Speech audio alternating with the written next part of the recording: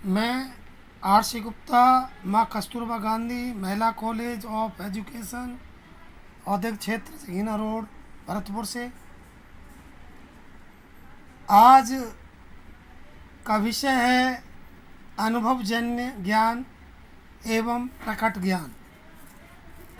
अनुभवजन्य ज्ञान एवं प्रकट ज्ञान का तुलनात्मक अध्ययन करेंगे। आधार अर्थ में अनुभवजन्य ज्ञान से तात्पर्य किसी औचित्य के लिए साक्ष्यों की आवश्यकता से है। प्रकट ज्ञान वास्तविक रूप में साक्ष्यों की खोज में निष्कर्ष रूप में होता है। आधार ज्ञान ये हमारे भौतिक अनुभवों से प्राप्त ज्ञान है। प्रकट ज्ञान ये हमारी आत्मिक चेतना द्वारा प्राप्त ज्ञान है। अभिस्वीकृति में अनुभवजन्य ज्ञान ये मानता है कि आभासी अनुभव मान्य एवं उद्देश्यों के रूप में हो सकते हैं। प्रकट ज्ञान मानता है कि धार्मिक अनुभव वैध एवं उद्देश्यों के रूप में हो सकते हैं। अब आता है आधार में प्राप्त परिणाम। वैज्ञानिक ज्ञान विभिन्न विधियों के अभ्यास का परिणाम है, जबकि प्रकट ज्ञान धार्मिक ज्ञान भी धार्मिक विधियों के अभ्यास के परिणाम स्वरूप प्राप्त होता है। निहितार्थ में अनुभवजन्य ज्ञान 20वीं सदी के सबसे लोकप्रिय सिद्धांतों में एक यह है कि ज्ञान विश्वास में निहित होता है। प्रकट ज्ञान 20वीं सदी में प्रकट ज्ञान के पक्ष में सबसे प्रसिद्ध सिद्धांतों में से एक यह कि वह ज्ञान अंतःप्रेरणा से निहित है। अब इसके बारे में मैं बता रहा हूँ। प्रकट ज्ञान और ये अनुभवजन्य ज्ञान। अनुभवजन्य ज्ञान ये ज्ञान प्राथमिक इंद्रियों जैसे आँख से देखना, कान से सुनना, जीभ से स्वाद करना, नाक से सूंघना एवं अनुभव आदि के माध्यम से प्राप्त होता है। कभी कभी कुछ उपकरणों का प्रयोग हमारी इंद्रियों के सहायक के रूप में किया जाता है।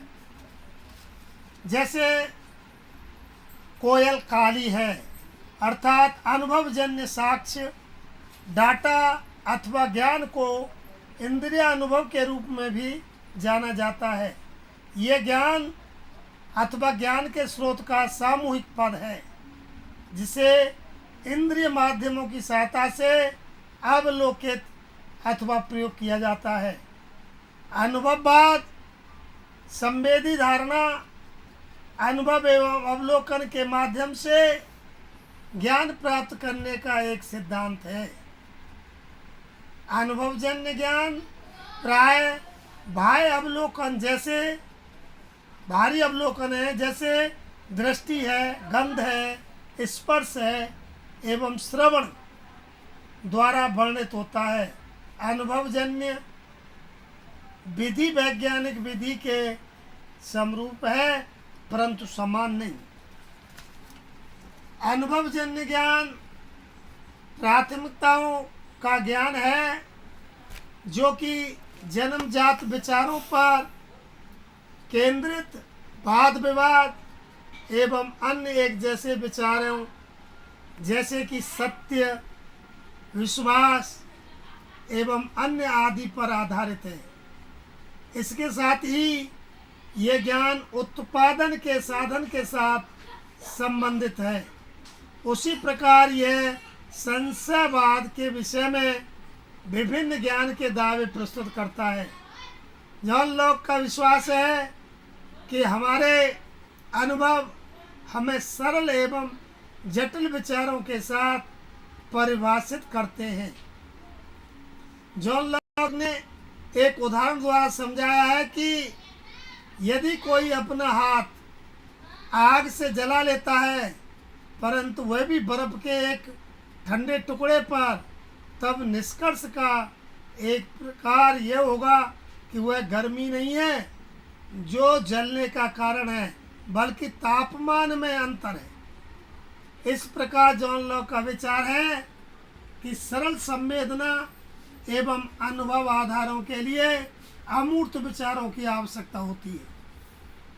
जॉन लॉक का मानना है कि ज्ञान विभिन्न प्रकार के विचारों की तुलना से भी प्राप्त किया जा सकता है। वे मानते हैं कि काले का विचार सफ़ेद रंग के साथ विपरीत हो सकता है और अन्य विचार जिनका एक साधारण स्रोत होता है, जैसे कि प्रकाश एवं आग जो एक साथ चलते हैं, ये सभी सूचनाएं ज्ञान निर्माण के तरीके हो सकते हैं। जॉन लॉक का विचार है कि ज्ञान के 3 प्रकार हैं। पहला सहज, प्रदर्शनात्मक दूसरा, एवं संवेदनशील तीसरा ज्ञान। सहज ज्ञान है, काला सफ़ेद नहीं है। यह ज्ञान का सबसे निश्चित प्रकार है। प्रदर्शनात्मक ज्ञान तब होता है जब हम अपने सरल विचारों एवं विशिष्ट विचारों को एक साथ रखते हैं। संवेदी ज्ञान के संदर्भ में जॉन लॉक का मानना है कि यह सबसे अधिक अनिश्चित है, क्योंकि वह केवल इंद्रियों के साक्ष्यों पर निर्भर करता है।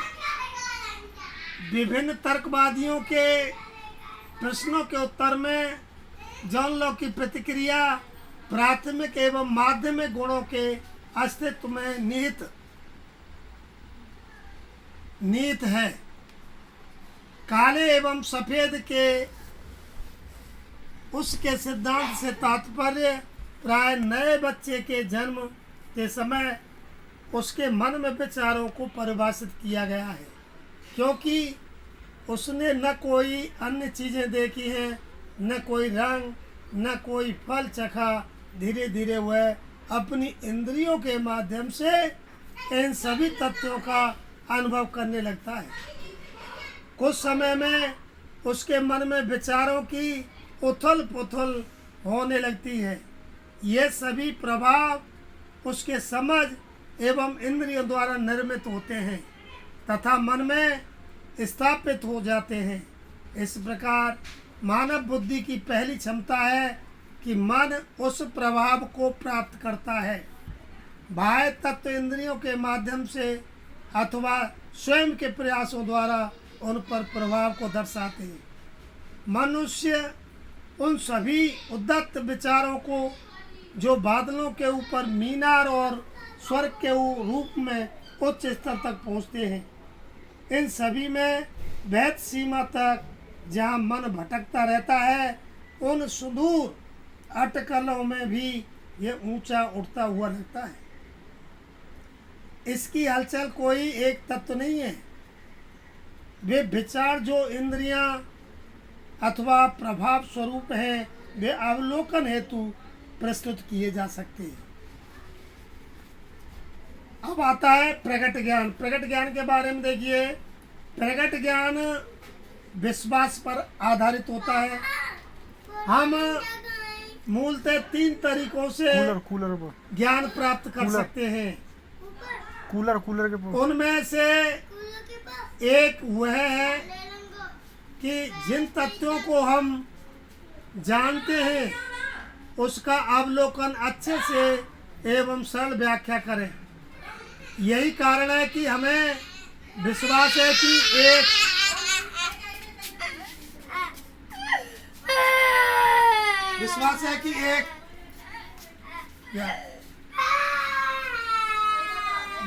कि एक स्वतंत्र रूप से बाह्य संसार अस्तित्व रखता है। यह विश्व स्थिरता की सबसे सटीक एवं अच्छी व्याख्या है। तथ्य यह है कि संसार हमें आश्चर्यचकित कर सकता है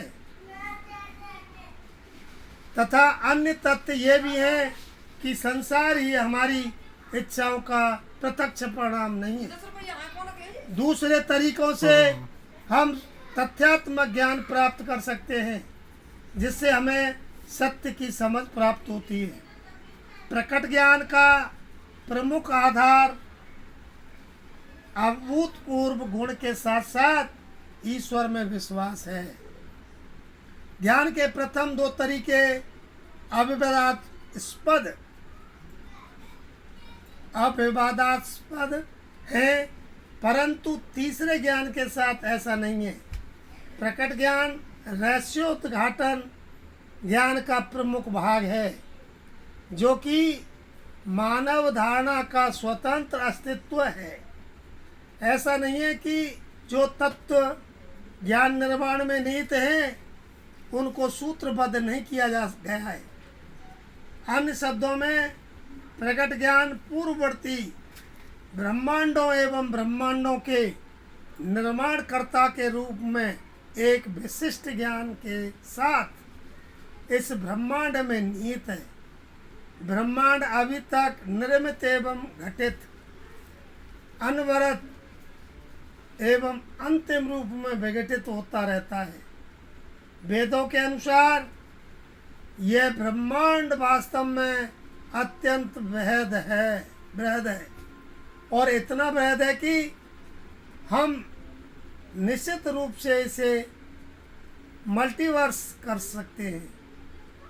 प्रकट ज्ञान के विषय को गलत रूप में स्वीकार किया जा रहा है, क्योंकि प्राय संज्ञानात्मक मिथ्या के कारण किन्हीं दो लाइनों में भ्रम उत्पन्न हो जाता है कि दो लाइनों में कौन सी लाइन बड़ी है, परंतु धारणा के रक्षक ये विश्वास नहीं करते कि मूलभूत गुण वास्तव में प्रकट ज्ञान बुरा है तथा इस पर बिना स्वतंत्र पुष्टि के विश्वास हो सकता है, और ये वास्तव में गलत भी हो सकता है। परंतु वे कहते हैं कि मूलभूत गुण कुछ नहीं है जिसे साधारण रूप से समझाया जा सके।